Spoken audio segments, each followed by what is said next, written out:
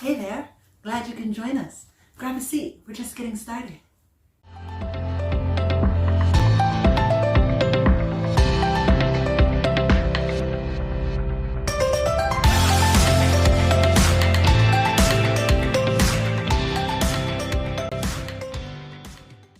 The journey to the core of an atom. My adventure into the world of gems and crystal began just after I had returned from traveling when my brother handed me a cut and polished quartz crystal. As I held the crystal, I felt a surge of energy run from my hand up through my arm and explode in my head. It was like a bolt of lightning exploding throughout my mind and body. Never before had I felt anything so powerful, let alone from a physical, inanimate object. It was the early 70s, and the world of crystals, their energy and beauty, wasn't yet in the public awareness. I knew nothing about minerals and crystal at the time. I had no interest in jewelry. I had just returned home from traveling the world for 2.5 years without a clue in my mid-20s as to what to do with my life. Prior to returning home, I was in search of meaning to my life after dropping out of college after just the first year. During some of this time, I lived in a very remote monastery in southern India as a yogi in daily meditation and ritual, searching for meaning and inner peace, leaving behind my Western Occidental upbringing. It was this single cut piece of quartz crystal so many years back that was handed to me that intrigued me enough to go out and buy my first pieces of lapidary equipment. I started to teach myself how to cut. This evolved into a lifelong profession. At the time, I had no clue that an art form like this existed. I was completely naive to the world of gems as an artistic expression. There were no schools or teachers that I could enroll with to begin an apprenticeship. I was on my own, learning and exploring with no idea where this would take me. I was working outside a box I did not even know existed at the time.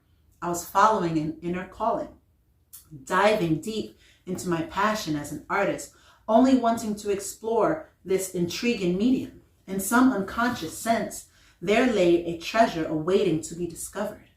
I had to begin the journey and let the road lead me one footstep at a time. Later in the book, I will share my understanding and knowledge of what I felt on that day when my brother handed me the quartz crystal. I will go into greater depth how our consciousness is a mirror of the very symmetry of the mineral kingdom, which forms with exacting crystallography. So much has been thrown around these last 3 decades in New Age circles about crystal power and gemstone energy. I will share my 40 years exploration and study of the symmetry of crystals in nature and the corresponding symmetry of our consciousness. We live our lives constantly seeking or creating order and symmetry, just like in nature. The smallest atom is driven to the same way. The smallest atom is driven in the same way that we as humans structure our lives to find order and symmetry. I developed a tool and tested it with hundreds of individuals, which explains this simple but deep understanding of resonance. My understanding comes from both my spiritual experiences and deeply grounded knowledge of the science of mineralogy and crystallography. Together, they paint the bigger picture of self-awareness. You could say you see a reflection in the light of refraction, but I need to back up a bit here to tell you where it exactly all started. Even before my brother handed me this cut piece of optical quartz. One would assume this is how the story all began, but the real journey started 5 years earlier at the age of 18. It began when I started having a series of paranormal, mystical, and out-of-body experiences. At the time, I didn't know anything about this. It was completely foreign and abstract when it started to happen to me. All I knew was that I began to have spontaneous, natural, non-drug aided experiences that felt so divine and ecstatic, I could not deny the power of them. I was raised in an atheist Jewish family with no formal religious upbringing. What started in my late teens with these very real mystical experiences became the the knowledge, the enlightenment, and the very inspiration from which I eventually discovered my muse in gem art.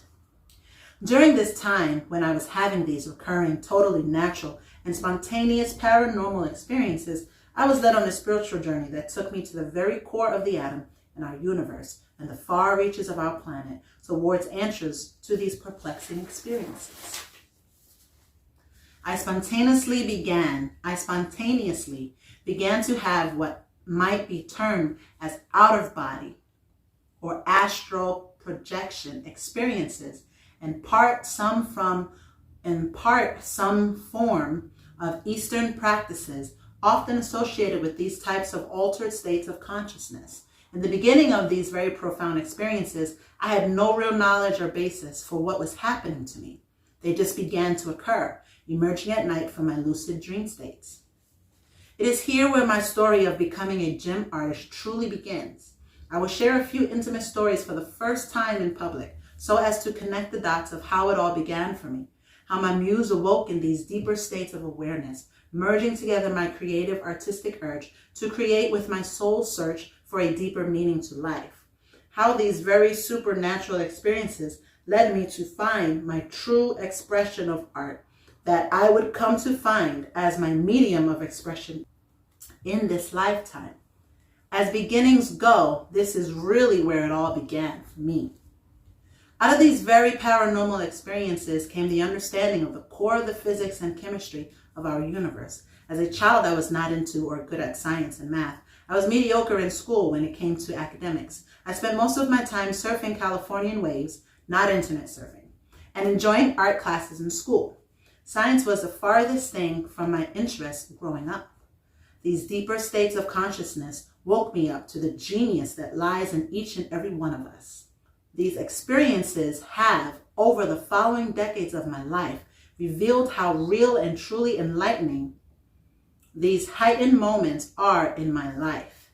This is why I like to call it the big reality versus the physical reality we are familiar with in our everyday life. When I returned to college to study earth sciences, mathematics, and chemistry 7 years later, I was able to validate these paranormal experiences as the truth of our known universe. I knew they were real beyond theory, as my professors were lecturing and postulating, more real than the very physical world we tend to call reality. Here is where I felt the complete confirmation that what I had experienced in these altered states was an amazing fact that science was putting forth as what we now understand of the atomic and cosmic world to be true. As I define it, the big reality is hidden inside everything we call the physical dimension or world.